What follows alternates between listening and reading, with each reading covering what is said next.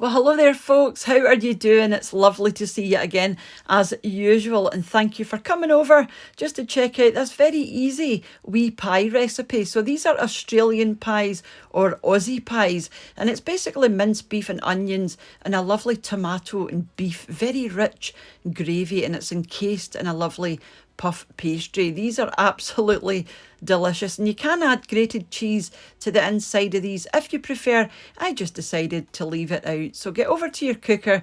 You want a big pan or a big frying pan, and then you can pop in your oil, whatever oil you prefer to cook with. And I'm using a medium onion, which I've just finely diced, and you just want to give this a few minutes until it's nice and soft. All of these ingredients will be listed underneath the video in the description box.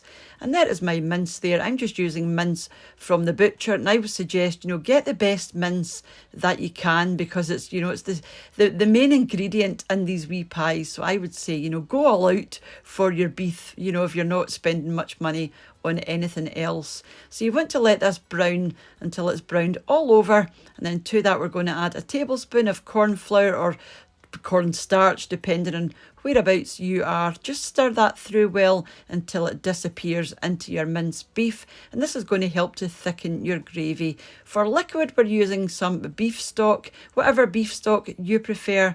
I've got a couple of tablespoons of Worcestershire sauce as well. And then we're also going to add some tomato ketchup, whatever brand you prefer. And this is going to give your gravy a lovely, sweet, kind of tomatoey background flavour. And I've never used tomato sauce in my pies before, but it is a lovely addition. And then some salt and pepper. The amount is up to you. I think I used about a teaspoon of salt and about a half teaspoon of pepper. But like I said, just flavour or use this to your own taste. Add as much or as little as you like. Give that a good stir around just to combine everything. And you want to leave this simmering on a very low heat for about 8 to 10 minutes until it gets nice and thick. But you don't want it too dry. You do want some gravy in there, so you get a nice gravy pie and it's not just all minced beef. So yeah, this was ideal. Now you can turn your attention to your pastry. I'm using this shop bought pastry because I am rubbish at puff pastry, and it does take a long time to make properly. So I love this stuff, and this one is from Aldi, and in my opinion it's the best puff pastry or even short crust pastry. So just let your pastry get to room temperature. These were the wee tins I'm using here. I will leave these linked underneath the video as well. So you just want to roll out your pastry like this. And I'm just going to be doing 2 pies just now, but these ingredients will give you enough to make 4 pies. So just lay your pie tin down, and you want to cut round this with a knife.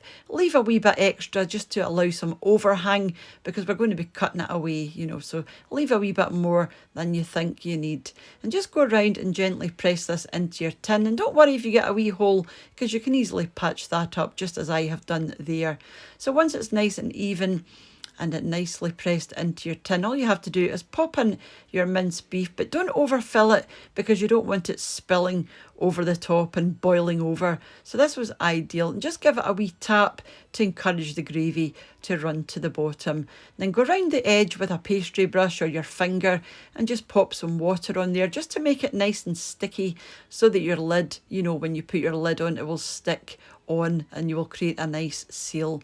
So on with your lid and just go around the edge and just sort of squeeze the top pastry into the bottom pastry just to make sure it's nicely stuck down.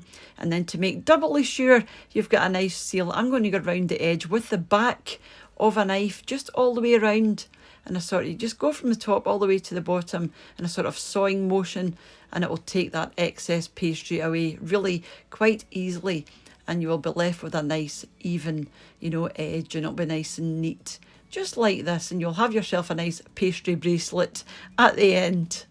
So just do this for your other pies. Like I said, I am only going to do 2, but the ingredients will give you enough for 4. So yeah, if you've got some, if you've got a lot of pastry hanging over the edge, just go around the edge of your tin just so that you've got that, your top exposed there. And then pop your lid on again, just exactly the same as the first time.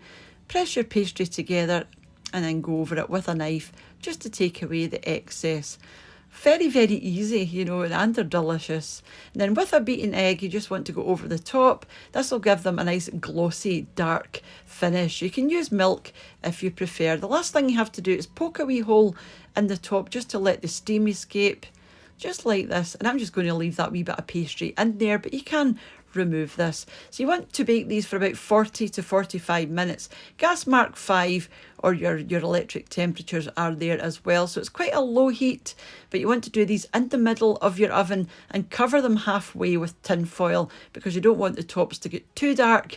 And I was really pleased with these ones. Look at how well they have puffed up yet. And like I said, they were absolutely delicious. But do let these cool in the tin until you're ready to have them, and I will, you know, slice one open just to let you see what they're like inside. But like I said, I do suggest you give them about 5 minutes to cool down, or these will burn the mouth off of you because the insides of these are like lava, obviously because they've been in the oven for nearly 50 minutes. So yeah, do let them cool a wee bit, and then when you can, just get them out your tin. So we had these for our tea last night, and they were, as I said, just absolutely delicious. And this is what they look like inside, and your pastry is lovely and cooked on the underside as well.